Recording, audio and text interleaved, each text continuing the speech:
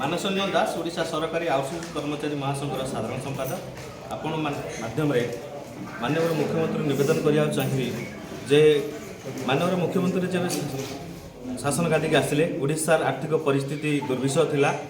माननीय मुख्यमंत्री सरकार स्थिर सरकार 2000 मसीह सरकार को आसिले 2022 मसीहा है एकविंश शताब्दी में ये जो चली कृतदास प्रथा सरकारी दफ्तर में जड़े कम कर पारिश्रमिक आउ जड़े नब ये गोटे निंदनीय कथा।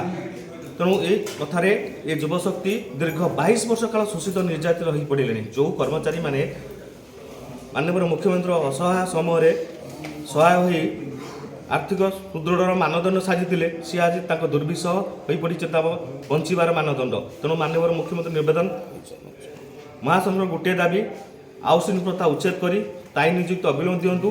आज राज्य सरकार आर्थिक सुदृढ़ अच्छा माननीय मुख्यमंत्री विकसित राज्य में परिणत करोडिशा एक नंबर राज्य एक नंबर मुख्यमंत्री भारत वर्ष में परिचित। तेणु से राज्य में जनमंगल राष्ट्र में एभली कृतदास कुत्सित कलंकित प्रथा आउटसोर्सिंग प्रथा उच्छेद करा नियुक्ति स्थायी नियुक्ति दिंतु।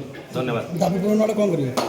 आम आपंकर 14 ରୁ 19 आम कलावेश परिधान कलु माननीय मुख्यमंत्री को निवेदन करूँ जदि आम दाबी पूरण न करती आम 26 नवेम्बर आम गांधी मार्ग में शांतिपूर्ण आंदोलन करूँ। जदि तापर माननीय मुख्यमंत्री आम प्रति वैमात्रिक मनोभाव पोषण करती तेबे से आंदोलन समय निष्पत्ति निया कौन करेंगे। धन्यवाद।